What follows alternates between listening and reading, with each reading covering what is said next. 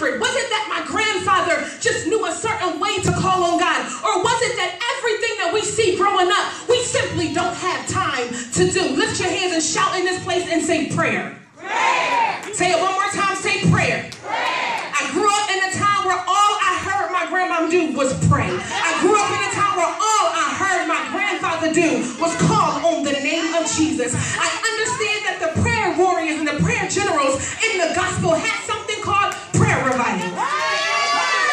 Not only did they have prayer revivals, but they had something called shut-ins.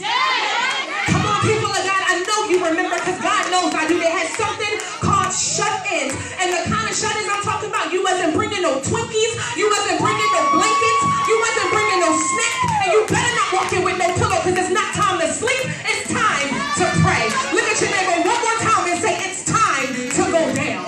I grew up in a time where we had shut-ins. They didn't care if we had school the next morning. You was coming to the shut-in. And if you fell asleep, they woke you up and said, get up and call on the name of Jesus. Not only did they wake you up, you had to still get up, wash up, and still go to school.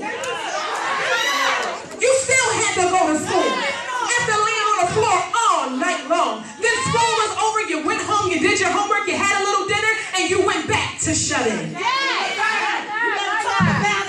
We had mothers in Zion that didn't mind throwing us on our knees, screaming Jesus in our ears until they couldn't scream anymore. And when I was growing up, I thought it was all a little unnecessary. But as I become older, I understand that even when I wasn't thinking about Jesus, I was kept because of the prayer of the saints.